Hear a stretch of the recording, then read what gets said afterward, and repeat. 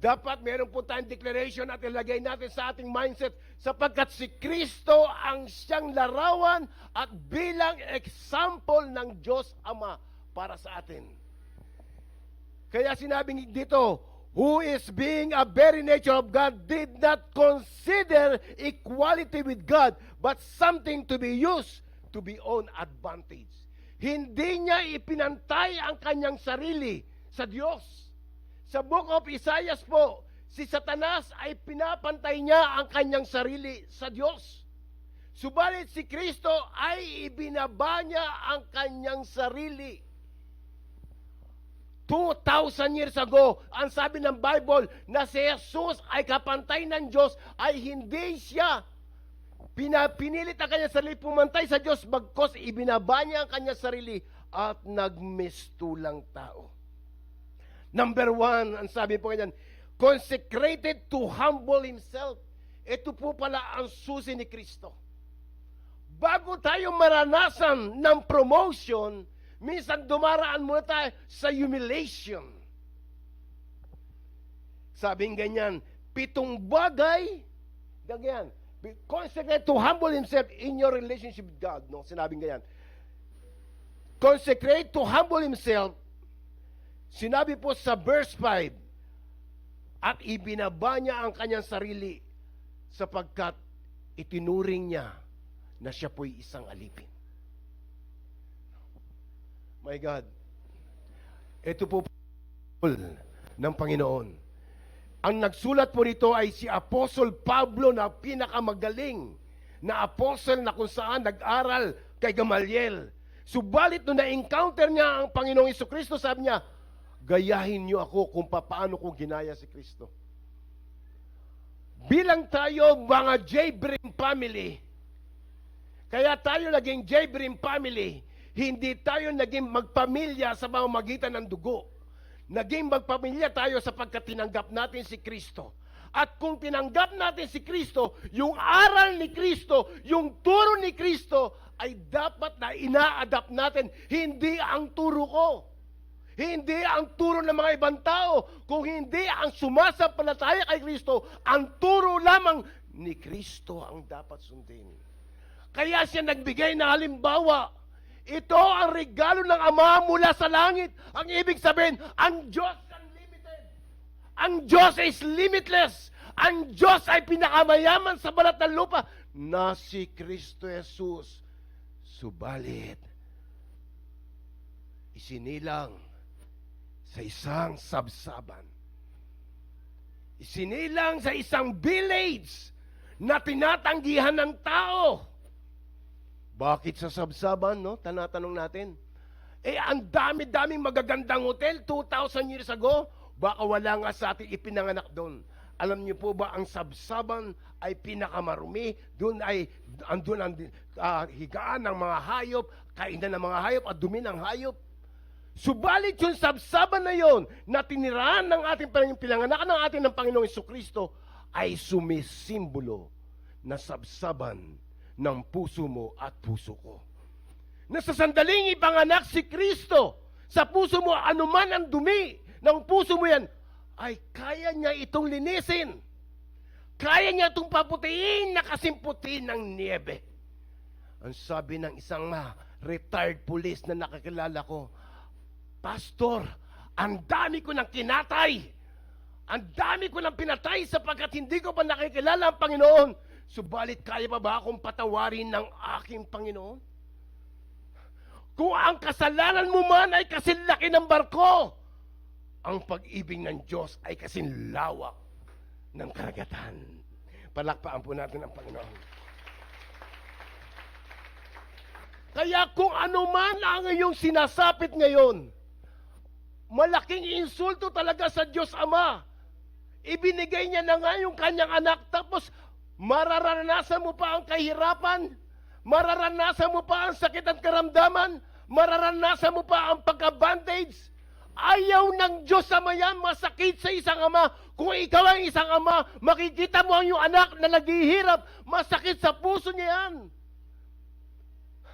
Hindi mo na dapat sisisihin ng Diyos sapagkat ibinigay na ng Panginoon ang lahat. unlimited, limitless. Subalit hindi nga lang nagbago ang kaisipan ng tao. Bakit hindi nagbago? Sapagkat depende sa environment. O maaaring yung salita ng Panginoon ay hindi natin binubuksan at hindi natin ito naunawaan. Mga kapatid, ito'y 2,000 years ago na. Yung Diyos na ating sinasamba na nakaupo sa trono ng Diyos Ama. Na siya, pag-aari niya lahat ng bagay, hindi niya inisip na kampantay niya Ama. Ibinaba niya ang sarili niya para ikaw, ako, at tayong lahat at magiging nanonood ay maabot ng Diyos sa Kanya. At hindi lang maabot, kung hindi pa tayo maisama niya, susunod na verses sasabi ngayon, rather, He made Himself nothing but taking very nature of a servant. Hay. Iba ngayon ang sitwasyon ng politika. Marami ngayon tumatakbo ng politika upang gusto nila ay pagsilbihan sila ng tao. Ang Diyos na may gawa ng langit at lupa pumunta rito kundi para magsilbi. Nagbigay siya ng halimbawa kung gusto natin pagpalain tayo ng Panginoon. Ito po pala ang pattern. Ito po pala ang model ni Kristo. Pag ginaya natin, copy-paste tayo kay Kristo. Mga magulang at kapatid, hindi mapipigilan ang kamay ng Diyos Ama upang hindi niya iunat sa bawat isa sa atin. Hindi niya mapipigilan yon. Bakit? Pag ginaya mo ang example ng Panginoong Jesucristo, pero mga kapatid, baka nag-aangad ka ng kayamanan dito sa lupa. Kaya sabi sa Bible, ang sino man nag-aangad ng kayamanan dito sa lupa ay mapapahamak.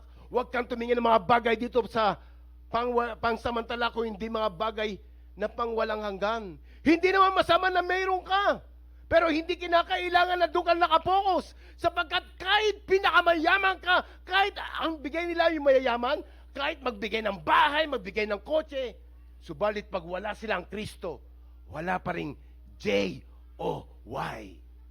Wala pa rin silang joy, sapagkat ang joy ay nakakamtan lamang pag meron kang Jesus, others before you. That's the meaning of joy. Na kinakailangan maipanganak muna sa saban ng puso natin. At walang pwedeng magbago sa tao. Hindi ka pwedeng magbago kahit saan ka pumunta. Hindi ka pwedeng mababago. Hanggat ang banal na Santong Espiritu ay ipakilala sa iyo si Kristo. Na si Kristo ang siyang ipanganak sa puso mo at sa puso ko. Ito ang pagkakataon na mababago ka lamang. Nung malaman ng retired police na ito, sabi niya, kabilang ako, sabi niya, Pastor, kabilang ako sa mga nag-chop-chop-chop. Itinatapon ng kaliwa, itinatapon ng kanan. Sabi ko, hindi ka ba natatakot? Hindi mo naisip, ano kasalanan niya? Nagnakaw siya.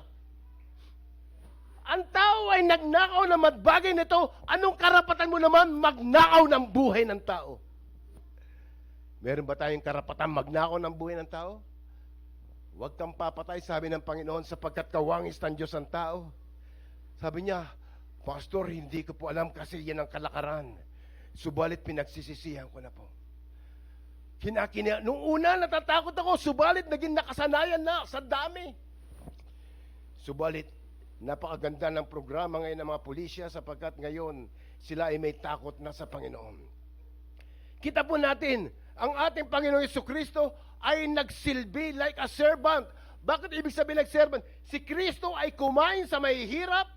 Si Kristo ay naglalakad. Natuto siyang nagutom, natuto siyang nauhaw, natuto siyang umiyak. Lahat ng bagay ay ginawa kay Kristo. Nakisama siya sa lahat as a servant. No? Kung tayo po ay magiging katulad ng ating Panginoong Jesucristo as a servant, lay aside this divine form. Ibig sabihin, tinalikdan niya muna ang kanyang kung ano ang kanyang divinity.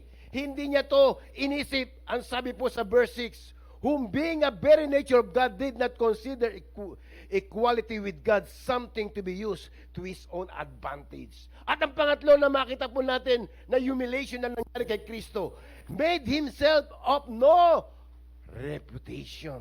Ang sabi ng verse 7, rather He made Himself nothing by taking the very nature of a servant, being made in human. likeness at siya po ay pakumbaba ng tulad ng isang tao. Ibig sabihin, siya po ay naging tulad mo rin at tulad ko. Excuse me. At pagkatapos mo, being a servant, took the form of servant. Rather, he made himself ng pang-apat. Rather, he made himself nothing by taking the very nature of a servant, being made in human likeness. Katulad mo, kaya nararamdaman naman ng Panginoon ng sakit. Kung ikaw ay may problema, alam ng Diyos yan. Kaya pag meron kang problema, meron kang daing, bago mo pa lamang ibubuka ang iyong bibig, alam ng Panginoon yan, ang problema, ayaw mong tumawag sa Panginoon. Whosoever call upon the name of the Lord shall be saved. Ang sinabi ng Jeremiah 33 verse 3, call upon me, and I will answer thee, and I will tell you the great and mighty things that knowest not. Marami ang verses na ibinibigyan ng Panginoon. Sapagkat kung ano ang lahat na nararamdaman mo, ano man ang sakit niyan, huwag ka nang lumapit sa tao, kasi yung tao ay kapwa mo rin tao. Wala siya may tutulong. Hindi naman siya limitless. Limited lamang siya. Ichichismis ka pa niyan. Ichichismis ka pa niyan. Minsan dinadaan pa sa prayer meeting. Ipag-pray natin si ganito, ipag-pray. Nagiging prayer chismis. Hindi. Kung ikaw ay may bigatin, kung ikaw ay may hirapin, call upon me. Sabi ng Panginoon, tawagan mo siya. Kasi si Kristo mismo, naramdaman niya kung paano siya na-humiliate.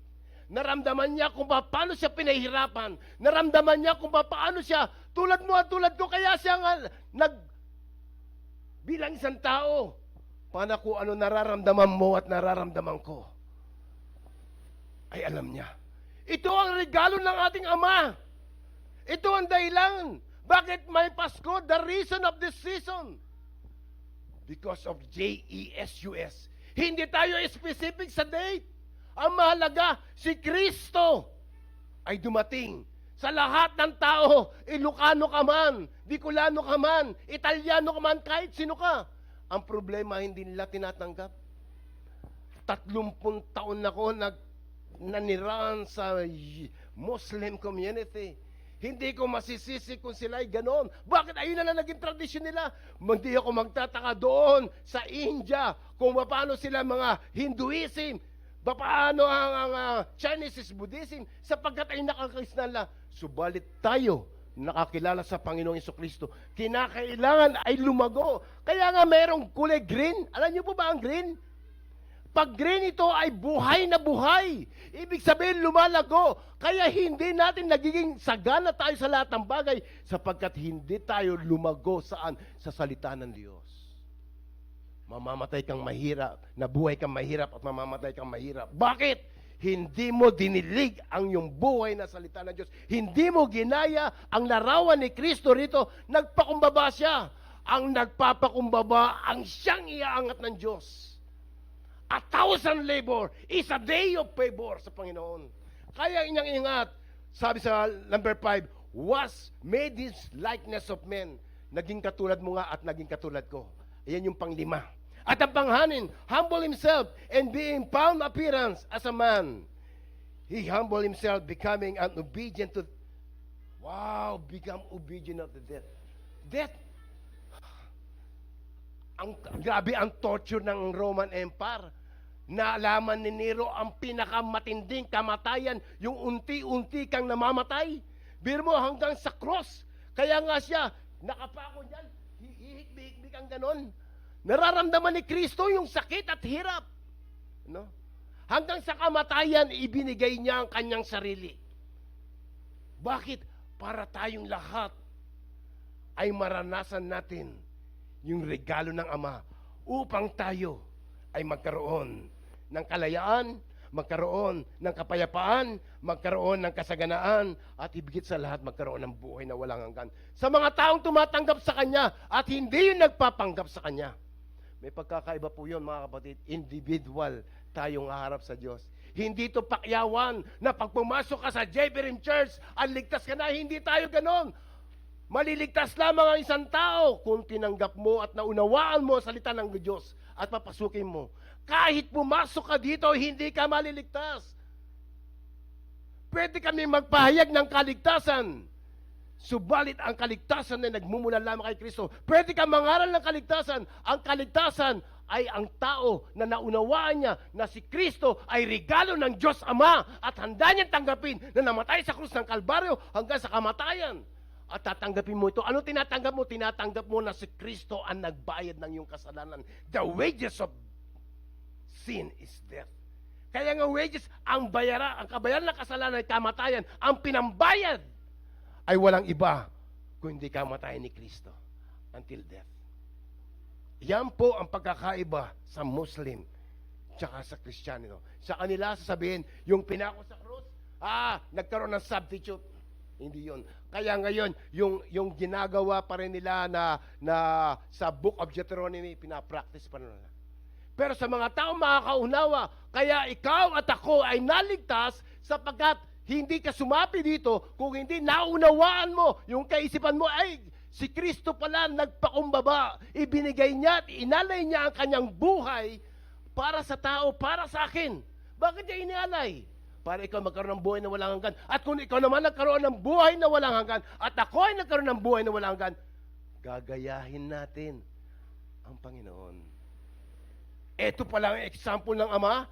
Pinapattern niya sa atin, inihahumble niya tayo, binababa ka niya, dinudurog tulad ng isang clay, pagkatapos kanya palang durugin, ay maya-maya huhubugin ka. At number 7, being obedient unto death nga, and being found in appearance,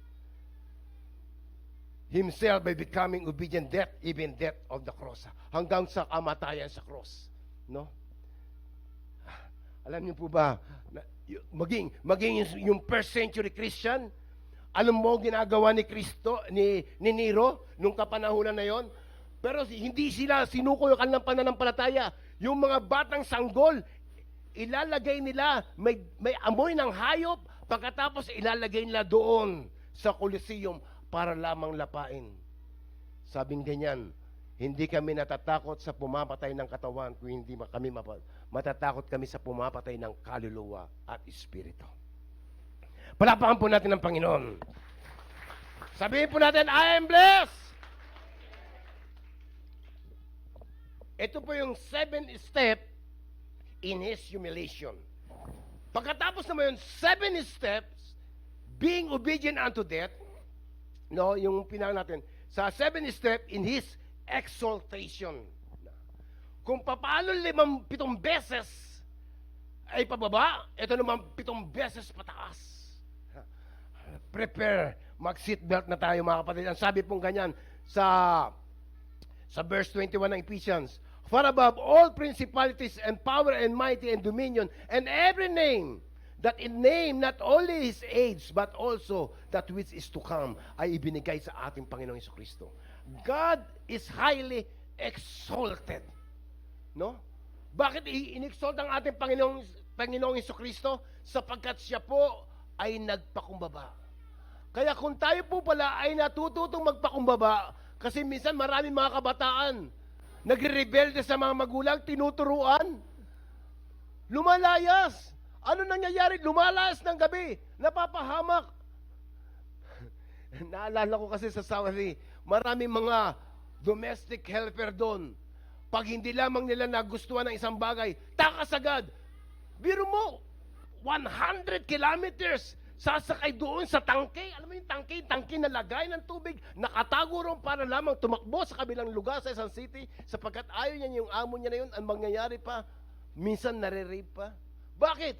Hindi nila alam, minsan dumarating sa atin yung mga bagay na pinipressure tayo ng ganyan pagkakataon, parang ayusin ang ating mga puso. Pero kung ikaw ay may puso ang rebellion at hindi ka matutong tumanggap, hindi mo mararanasan ang exaltation na yon. Pero si Kristo ay isang maliwanag na halimbawa. Bakit? Kung ikaw ay hindi ka nakapasa sa grade 1, grade 2, hanggang grade 7, mananatili ka sa ganung bagay. Kaya kinakailangan magkaroon po tayo ng pagbabago ng kaisipan na sinasabi to, mindset of Christ. Ano ba ang halimbawa ni Kristo?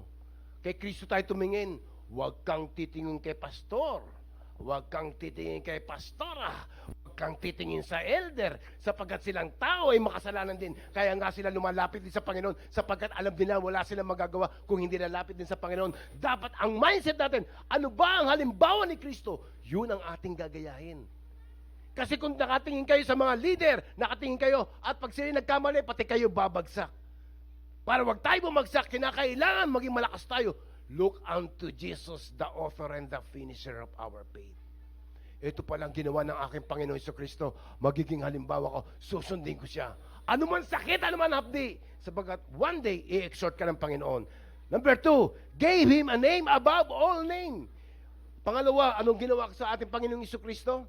Pagkatapos siyang humiliation, exaltation ngayon, ibinigay ng pangalan sa lahat ng pangalan. Sabi, therefore God exalted him to the highest place and gave him the name that is above every name. Biro mo, pangalan lamang ni Kristo, kaya pag ikaw, yung tao na nagsasabi, in the name of Jesus, may mga satanista na naging Kristiyano o mga occult leader na yung mga nag-espiritista nung araw, tapos sila ay dating nagpa-practice noon, pag sila raw ay sinabihan, in the name of Jesus, nagtataka sila, may kapangyarihan, hindi sila makakilos. Bakit? May kapangyarihan kasi ang pangalan ng Panginoon Yesus. Dahil yung ang nagsasalita ito ay may relasyon sa Panginoon. Gave him a name above all. Ano pa sinabi sa niya? Pangatlo, and his name every knee must bow. Sinabi niya, in every knee, that at the name of Jesus, every knee shall bow in heaven and on earth and under the earth. Ang sabi nga niyan, in heaven. No? In heaven. Tapos sinabi, on earth, sa mundo. Kung ating mundong ito, meron ka na nakita ka ng bilog dito, pera mo nga ito. Uy, pera mo nga ito. Yan. On earth, ibig sabihin, ito ang heaven. Ito ang mundo. No? Binigay yung pangalan ng Panginoon sa taas. Under the earth, alam mo yung under the earth, maging sa impyerno. Ibinigay, bakit? Lahat, maging ang mga tao sa impyerno ay kilala ang Diyos na si Kristo. Ang sinabi ng 2 Peter po yun, na si Kristo ay nangaral pa roon. Ibig sabihin, lahat na nakapunta sa impyerno, under earth, ay kilala at lulod sila kay Kristo. Kaya, ito po sinabi, in every name, sabi niya, that at the name of Jesus, every knee shall bow in heaven and on earth, and under the earth, and every tongue acknowledge that Jesus Christ is Lord. Ito po ay isang prophecy. At itong prophecy na ito, hindi pa fulfilled. Yung prophecy na ito, ulitin ko, hindi pa fulfilled. Kaya huwag ka magtataka, no? Sabi nga, every tongue shall confess that Jesus Christ is Lord. Bakit? Sino makakapagsabi na ang cellphone na ito, globally, biro mo yung mundo, no? Yung mundo, lumiit siya in terms of communication. Ang daming mga satellite. Yan eh. Kung ikaw nasa mundo, kung ikaw ay nasa mundo, sa taas na to satellite, kaya sa tindi ng satellite, yung tiniran ng Amerika si Saddam Hussein, kahit nasa underground siya, kasi nakikita nito. Eh ngayon, mga kapatid yung prophecy na to hindi pa fulfilled. Ngayon, darating ang ating Panginoong Jesucristo mula sa langit, abay, magsasalita ang BBC, magsasalita ang CNN, magsasalita ang Al Jazeera. Sasabihin kaya na, may bumababa, bigla naka-on ka sa cellphone mo, makikita mo. Ay, totoo pala. Pero huli na. Every knee shall bow, every tongue confess. Bakit huli na? Kasi hindi mo tinanggap. Ay, totoo pala siyang Diyos. Babalik ang ating Panginoon. Hindi na siya nakasakay sa asno, kung hindi nakasakay na siya sa kabayo. Kaya nga sinabi niya, every knee, in His name, every knee must bow, everything in heaven, everything on earth. Sa lahat na yun, mga kapatid. At sabi nga, and everything in heaven, and every tongue confess His Lordship to the glory of the garden. Ay, totoo pala si Kristo ay Diyos. Mapalad tayo mga kapatid. 0.38 billion na tao. Isa ka sa napili ng Panginoon. Isa ka naririto. Pero hindi lang yon doon magtatapos. Gusto ng Panginoon, habang ikaw ay naririto, nakaligtas ka sa COVID. Ang dami na dali ng COVID. Pero ikaw nakaligtas ka, gusto ng Panginoon, habang andito ka, yung 7 principle na dinaraanan natin ganyan, kung madaanan mo to, and then, later on, i-exalt din tayo kasama ng ating Panginoon Jesucristo sapagkat nagbigay siya sa atin na halimbawa. At ang sabi ngayon, be a mindset. Kinakailangan, ito ang lagay natin sa ating kaisipan. Wala na, sabi mo sa katabi mo, wala nang bibitaw kay Kristo. Ang hina, sabihin niyo po sa katabi mo, wag na tayong bibitaw kay Kristo. Ito po ang dahilan ng Pasko. Hindi ka man makatanggap na regalo, pero makakatanggap ka na regalo ng gagaling sa Diyos Ama sa pamamagitan ng ating Panginoon Jesucristo. Kaya itong taon na ito, nakaharap ka sa 2022. Lord, ma-mindset ko kung ng aking Panginoon Jesucristo, yun din po ang akin gagawin. Tayong po lahat ay tumayo na.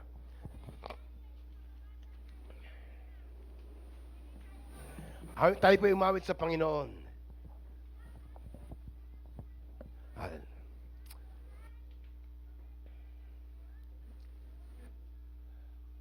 Alam po ba natin, awitin po natin, how great thou art.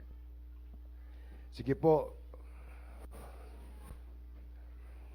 Then sings my song. Alam mo ba yun?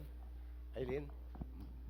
My Savior. Sabihin po natin, ibigay natin sa Panginoon Jesucristo ang pinaka-the best na regalo. Kung ang ating Diyos Ama ay nagbigay siya na regalo sa pamamagitan ng dapat meron po tayong declaration at ilagay natin sa ating mindset sapagkat si Kristo ang siyang larawan at bilang example ng Diyos Ama para sa atin.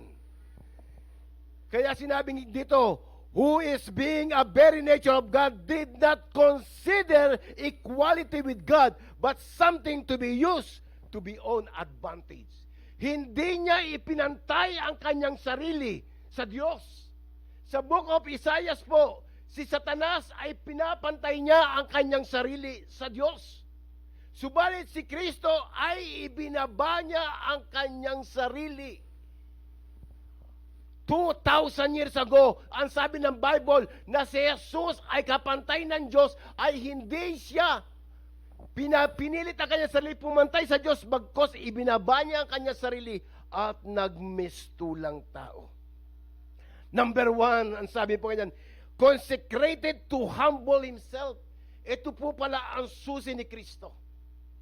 Bago tayo maranasan ng promotion, minsan dumaraan muna tayo sa humiliation. Sabing ganyan, 7 bagay, ganyan, consecrate to humble himself in your relationship with God. No? Sinabing ganyan.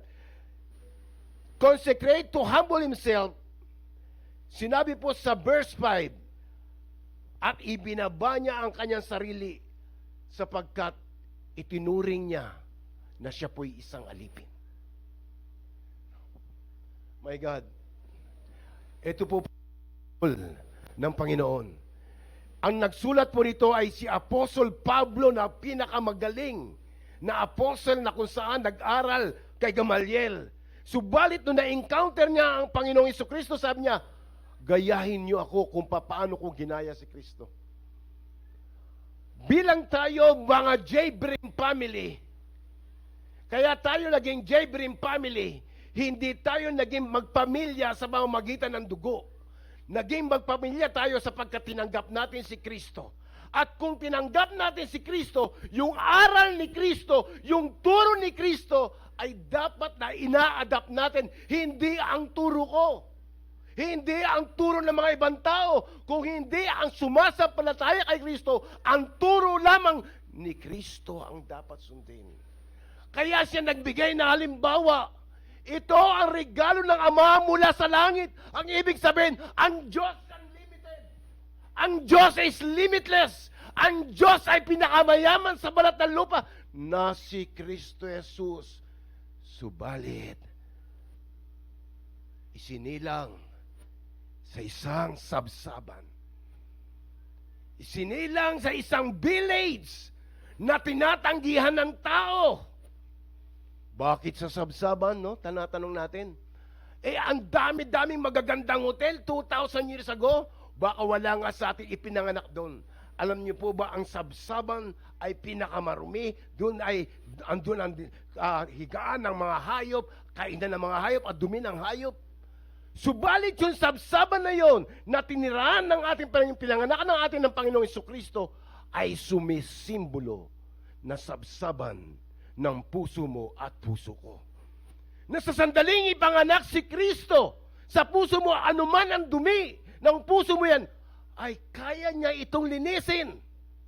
Kaya niya itong paputiin na kasimputi ng niebe.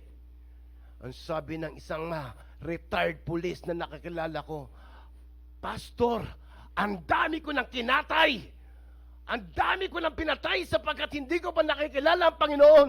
Subalit kaya pa ba akong patawarin ng aking Panginoon? Kung ang kasalanan mo man ay kasinlaki ng barko, ang pag-ibig ng Diyos ay kasinlawak ng karagatan. Palakpaan po natin ang Panginoon. Kaya kung ano man ang iyong sinasapit ngayon, malaking insulto talaga sa Diyos Ama. Ibinigay niya na nga yung kanyang anak, tapos mararanasan mo pa ang kahirapan, mararanasan mo pa ang sakit at karamdaman, mararanasan mo pa ang pagka-bandage. Ayaw ng Diyos Ama yan, masakit sa isang ama. Kung ikaw ang isang ama, makikita mo ang iyong anak na naghihirap, masakit sa puso niya yan. Hindi mo na dapat sisisihin ng Diyos sapagkat ibinigay na ng Panginoon ang lahat. Unlimited, limitless. Subalit hindi nga lang nagbago ang kaisipan ng tao. Bakit hindi nagbago? Sapagkat depende sa environment.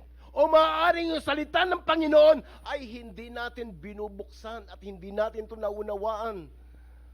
Mga kapatid, ito'y 2,000 years ago na. Yung Diyos na ating sinasamba na nakaupo sa trono ng Diyos Ama.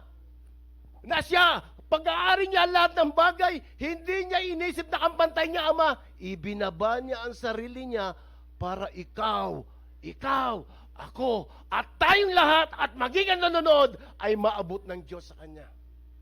At hindi lang maabot, kung hindi pa tayo maisama niya, susunod na verses sasabi niya yan, rather, He made Himself nothing but taking very nature of a servant. Hay. Iba ngayon ang sitwasyon ng politika. Marami ngayon tumatakbo ng politika upang gusto nila ay pagsilbihan sila ng tao.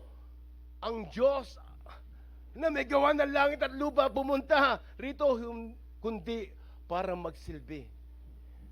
Nagbigay siya ng halimbawa, kung gusto natin pagpalain tayo ng Panginoon, ito po pala ang pattern. Ito po pala ang model ni Kristo. Pag ginaya natin, copy-paste tayo kay Kristo, mga magulang at kapatid, hindi mapipigilan ang kamay ng Diyos Ama upang hindi niya iunat sa bawat isa sa atin. Hindi niya mapipigilan yon. Bakit?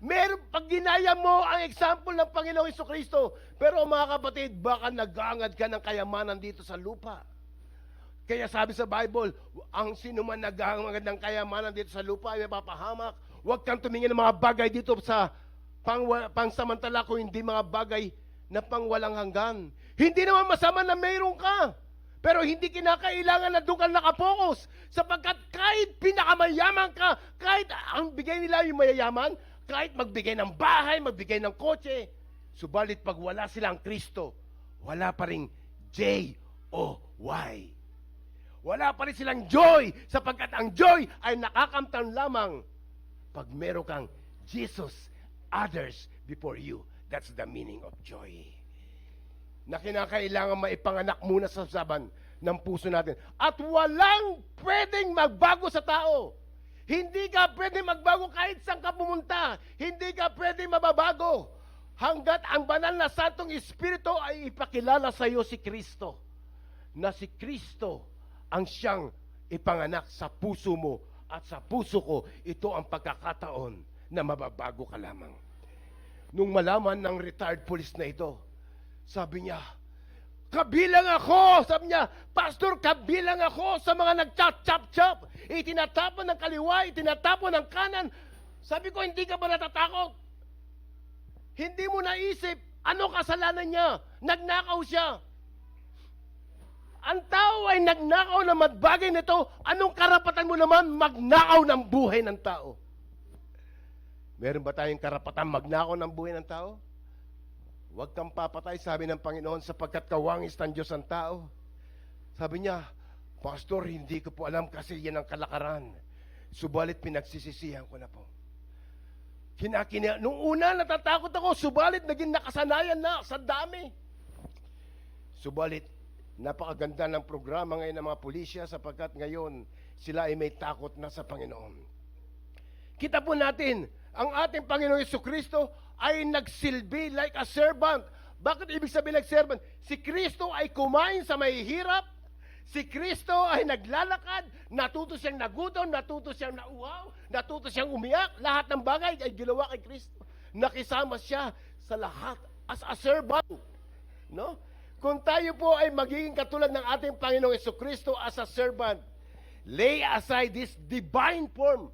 Ibig sabihin, tinalikdan niya muna ang kanyang kung ano ang kanyang divinity. Hindi niya to inisip. Ang sabi po sa verse 6, whom being a very nature of God did not consider equality with God something to be used to His own advantage. At ang pangatlo na makita po natin na humiliation na nangyari kay Kristo, made Himself of no reputation.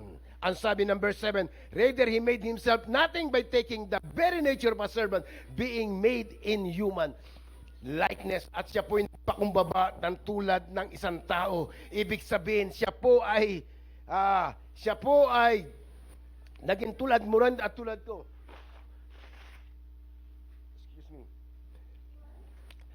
At pagkatapos mo, being a servant, took the form of servant. Rather, He made Himself ng pang-apat. Rather, He made Himself nothing by taking the very nature of a servant, being made in human likeness. Katulad mo, kaya nararamdaman naman ng Panginoon ng sakit. Kung ikaw ay may problema, alam ng Diyos yan. Kaya pag meron kang problema, meron kang daing, bago mo pa lamang ibubuka ang iyong bibig, alam ng Panginoon yan, ang problema, ayaw mong tumawag sa Panginoon. Whosoever call upon the name of the Lord shall be saved. Ang sinabi ng Jeremiah 33 verse 3, call upon me, and I will answer thee, and I will tell you the great and mighty things that knowest not. Marami ang verses na binibigyan ng Panginoon. Sapagkat kung ano ang lahat na nararamdaman mo, ano man ang sakit niyan, huwag ka nang lumapit sa tao kasi yung tao ay kapwa mo rin tao. Wala siya may tutulong. Hindi naman siya limitless. Limited lamang siya. Ichichismis ka pa niyan. Ichichismis ka pa niyan. Minsan dinadaan pa sa prayer meeting. Ipag-pray natin si ganito, ipag-pray. Nagiging prayer chismis. Hindi. Kung ikaw ay may bigatin, kung ikaw ay may hirapin, call upon me. Sabi ng Panginoon, tawagan mo siya. Kasi si Kristo mismo, naramdaman niya kung paano siya na-humiliate. Naramdaman niya kung paano siya pinahirapan. Naramdaman niya kung paano siya, tulad mo at tulad ko, kaya siya nga, bilang isang tao, paano kung ano nararamdaman mo at nararamdaman ko, ay alam niya. Ito ang regalo ng ating Ama. Ito ang dahilan. Bakit may Pasko? The reason of this season. Because of JESUS. Hindi tayo specific sa date. Ang mahalaga, si Kristo ay dumating sa lahat ng tao. Ilocano ka man, Bicolano ka man, Italiano ka man, kahit sino ka. Ang problema, hindi nila tinatanggap. 30 taon na ako nanirahan sa Muslim community. Hindi ko masisisi kung sila ay ganon. Bakit ayun na lang naging tradisyon nila? Hindi ako magtataka doon sa India kung paano sila mga Hinduism, paano ang Chinese Buddhism, sapagkat ay nakakrisnan lang. Subalit tayo, nakakilala sa Panginoong Jesucristo, kinakailangan ay lumago. Kaya nga mayroong kulay green. Alam niyo po ba ang green? Pag green ito ay buhay na buhay. Ibig sabihin lumalago. Kaya hindi natin nagiging sagana tayo sa lahat ng bagay sapagkat hindi tayo lumago saan? Sa salita ng Diyos. Mamamatay kang mahirap, nabuhay kang mahirap at mamamatay kang mahirap. Bakit? Hindi mo dinilig ang iyong buhay na salita ng Diyos. Hindi mo ginaya ang larawan ni Kristo rito. Nagpakumbaba siya. Ang nagpapakumbaba ang siyang iaangat ng Diyos. 1,000 labor is a day of favor sa Panginoon. Kaya ingat, sabi sa number 5, was made his likeness of men. Naging katulad mo nga at naging katulad ko. Ayan yung pang-5. At ang panghanin, humble himself and being found appearance as a man. He humbled himself, becoming an obedient to, become obedient of the death. Death. Grabe ang torture ng Roman Empire. Naalaman ni Nero ang pinakamatinding kamatayan, yung unti-unti kang namamatay. Biro mo hanggang sa cross. Kaya nga siya, nakapako dyan, hihikbi-hikbi kang ganon. Nararamdaman ni Kristo yung sakit at hirap. No? Hanggang sa kamatayan, ibinigay niya ang kanyang sarili. Bakit? Para tayong lahat ay maranasan natin yung regalo ng Ama upang tayo ay magkaroon ng kalayaan, magkaroon ng kapayapaan, magkaroon ng kasaganaan, at higit sa lahat, magkaroon ng buhay na walang hanggan. Sa mga taong tumatanggap sa Kanya at hindi yung nagpapanggap sa Kanya. May pagkakaiba po yun, mga kapatid. Individual tayong haharap sa Diyos. Hindi ito pakyawan na pag pumasok ka sa JBRM Church, ligtas ka na. Hindi tayo ganon. Maliligtas lamang ang isang tao kung tinanggap mo at naunawaan mo ang salita ng Diyos at papasukin mo. Kahit pumasok ka dito, hindi ka maliligtas. Pwede kami magpahayag ng kaligtasan. Subalit ang kaligtasan na nagmumula lamang kay Kristo. Pwede kang mangaral ng kaligtasan. Ang kaligtasan ay ang tao na naunawaan niya na si Kristo ay regalo ng Diyos Ama at handa niyang tanggapin na namatay sa krus ng Kalbaryo hanggang sa kamatayan. At tatanggapin mo ito. Ano tinatanggap mo? Tinatanggap mo na si Kristo ang nagbayad ng iyong kasalanan. The wages of sin is death. Kaya nga wages, ang kabayaran ng kasalanan ay kamatayan. Ang pinambayad ay walang iba kung hindi kamatayan ni Kristo until death. Yan po ang pagkakaiba sa Muslim tsaka sa Kristiyano. Sa kanila sasabihin, yung pinako sa krus, nagkaroon ng substitute. Hindi yun. Kaya ngayon, yung ginagawa pa rin nila na sa Book of Deuteronomy, pinapractice pa nila.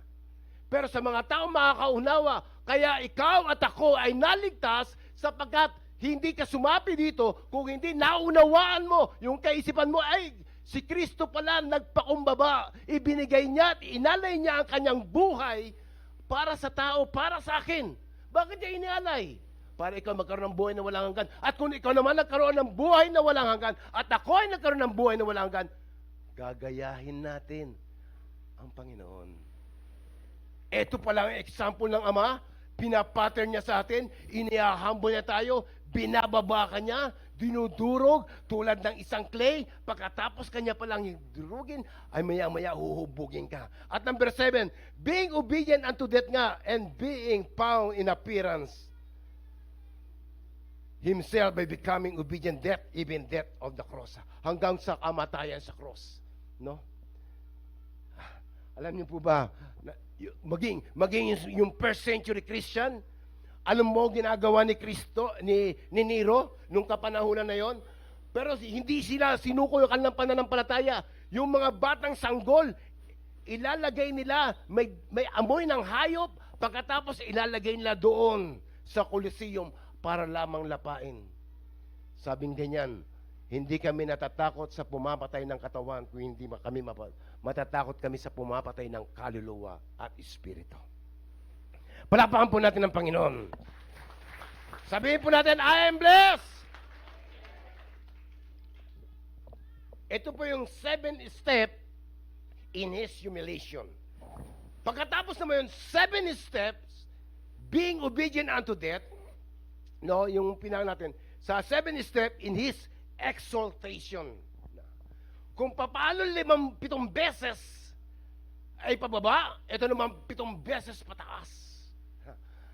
Prepare, mag-seatbelt na tayo mga kapatid. Ang sabi pong ganyan sa verse 21 ng Ephesians, far above all principalities and power and mighty and dominion and every name, that in name not only His age but also that which is to come ay ibinigay sa ating Panginoong Jesucristo.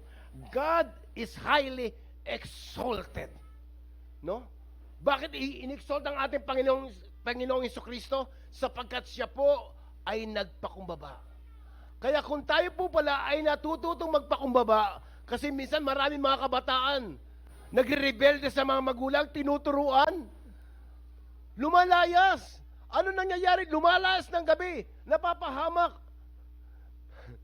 Naalala ko kasi sa Saudi, maraming mga domestic helper doon. Pag hindi lamang nila nagustuhan ng isang bagay, takas agad. Biro mo, 100 kilometers sasakay doon sa tangke. Alam mo yung tangke? Tangke na lagay ng tubig. Nakatago ron para lamang tumakbo sa kabilang lugar sa isang city sapagkat ayaw niya yung amo niya na yun. Ang mangyayari pa, minsan nare-rape pa. Bakit?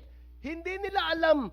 Minsan dumarating sa atin yung mga bagay na pinipressure tayo ng ganyan pagkakataon parang ayusin ang ating mga puso. Pero kung ikaw ay may puso ang rebellion at hindi ka matutong tumanggap, hindi mo mararanasan ang exaltation na yon. Pero si Kristo ay isang maliwanag na halimbawa. Bakit? Kung ikaw ay hindi ka nakapasa sa grade 1, grade 2, hanggang grade 7, mananatili ka sa ganung bagay. Kaya kinakailangan magkaroon po tayo ng pagbabago ng kaisipan na sinasabi to, mindset of Christ. Ano ba ang halimbawa ni Kristo? Kay Kristo tayo tumingin, huwag kang titingin kay pastor. Huwag kang titingin kay pastora. Huwag kang titingin sa elder. Sapagkat silang tao ay makasalanan din. Kaya nga sila lumalapit din sa Panginoon. Sapagkat alam nila wala silang magagawa kung hindi lalapit din sa Panginoon. Dapat ang mindset natin, ano ba ang halimbawa ni Kristo? Yun ang ating gagayahin. Kasi kung nakatingin kayo sa mga leader, nakatingin kayo, at pag sila nagkamali, pati kayo babagsak. Para wag tayo bumagsak, kinakailangan maging malakas tayo. Look unto Jesus, the author and the finisher of our faith. Ito palang ginawa ng aking Panginoon Jesucristo. Magiging halimbawa ko, susundin ko siya. Ano man sakit, ano man hapdi. Sabagat one day, i-exhort ka ng Panginoon. Number 2, gave Him a name above all name. Pangalawa, anong ginawa sa ating Panginoong Jesucristo? Pagkatapos siyang humiliation, exaltation ngayon, ibinigay ng pangalan sa lahat ng pangalan. Sabi, therefore God exalted Him to the highest place and gave Him the name that is above every name. Biro mo, pangalan lamang ni Kristo, kaya pag ikaw, yung tao na nagsasabi, in the name of Jesus, may mga satanista na naging Kristiyano o mga occult leader na yung mga nag-espiritista nung araw. Tapos sila ay dating nagpa-practice noon. Pag sila raw ay sinabihan, in the name of Jesus, nagtataka sila, may kapangyarihan, hindi sila makakilos. Bakit? May kapangyarihan kasi ang pangalan ng Panginoon Jesus. Dahil yung ang nagsasalita ito ay may relasyon sa Panginoon. Gave Him a name above all. Ano pa sinabi sa niya? Pangatlo, and His name every knee must bow. Sinabi niya, in every knee, that at the name of Jesus, every knee shall bow in heaven, and on earth, and under the earth. Ang sabi nga niyan, in heaven. No? In heaven. Tapos sinabi, on earth, sa mundo. Kung ating mundong ito, meron ka na, nakita ka ng bilog dito, pera mo nga ito. Uy, pera mo nga ito. Yan. On earth, ibig sabihin, ito ang heaven. Ito ang mundo. No? Binigay yung pangalan ng Panginoon sa taas at sa baba at under the earth. Alam mo yung under the earth? Maging sa impyerno. Ibinigay, bakit? Lahat, maging ang mga tao sa impyerno ay kilala ang Diyos na si Kristo. Ang sinabi ng 2 Peter po yun, na si Kristo ay nangaral pa roon. Ibig sabihin, lahat na nakapunta sa impyerno, under earth, ay kinala at luluhod sila kay Kristo. Kaya, ito po sinabi, in every name, sabi niya, that at the name of Jesus, every knee shall bow in heaven and on earth, and under the earth, and every tongue acknowledge that Jesus Christ is Lord. Ito po ay isang prophecy. At itong prophecy na ito, hindi pa fulfilled. Yung prophecy na ito, ulitin ko, hindi pa fulfilled. Kaya huwag ka magtataka, no? Every now, sabi nga, every tongue shall confess that Jesus Christ is Lord. Bakit? Sino makakapagsabi na ang cellphone na ito, globally, biro mo yung mundo, no? Yung mundo, lumiit siya in terms of communication. Ang daming mga satellite. Yan eh. Kung ikaw nasa mundo, kung ikaw ay nasa mundo, sa taas na to satellite, kaya sa tindi ng satellite, yung tiniran ng Amerika sa Saddam Hussein, kahit nasa underground siya, kasi nakikita nito. Eh ngayon, mga kapatid yung prophecy na to hindi pa fulfilled. Ngayon, darating ang ating Panginoong Jesucristo mula sa langit, abay, magsasalita ang BBC, magsasalita ang CNN, magsasalita ang Al Jazeera. Sasabihin kaya na, may bumababa, biglang naka-on ka sa cellphone mo, makikita mo. Ay, totoo pala. Pero huli na. Every knee shall bow, every tongue confess. Bakit huli na? Kasi hindi mo tinanggap. Ay, totoo pala siyang Diyos. Babalik ang ating Panginoon. Hindi na siya nakasakay sa asno kung hindi nakasakay na siya sa kabayo. Kaya nga sinabi niya, every knee, in His name, every knee must bow, everything in heaven, everything on earth. Sa lahat na yon, mga kapatid. At sabi nga, and everything in heaven, and every tongue confess His Lordship to the glory of the God. Ay, totoo pala si Kristo ay Diyos. Mapalad tayo, mga kapatid. 0.38 billion na tao, isa ka sa napili ng Panginoon, isa ka naririto, pero hindi lang yon doon magtatapos. Gusto ng Panginoon, habang ikaw ay naririto, nakaligtas ka sa COVID. Ang dami na dali ng COVID, pero ikaw nakaligtas ka, gusto ng Panginoon, habang andito ka, yung 7 principle na dinaraanan natin ganyan, kung madaanan mo to, and then, later on, i-exalt din tayo kasama ng ating Panginoon Jesucristo sapagkat nagbigay siya sa atin ng halimbawa. At ang sabi ngayon, be a mindset. Kinakailangan, ito ang lagay natin sa ating kaisipan. Wala na, sabi mo sa katabi mo, wala nang bibitaw kay Kristo. Ang hina, sabihin niyo po sa katabi mo, wag na tayong bibitaw kay Kristo. Ito po ang dahilan ng Pasko. Hindi ka man makatanggap na regalo, pero makakatanggap ka na regalo ng gagaling sa Diyos Ama sa pamamagitan ng ating Panginoon Jesucristo. Kaya itong taon na ito, nakaharap ka sa 2022. Lord, ma-mindset ko kung ng aking Panginoon Jesucristo, yun din po ang akin gagawin. Tayong po lahat ay tumayo na.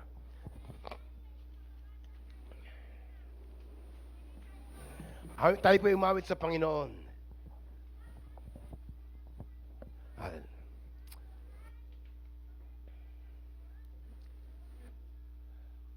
Alam po ba natin, awitin po natin, how great thou art.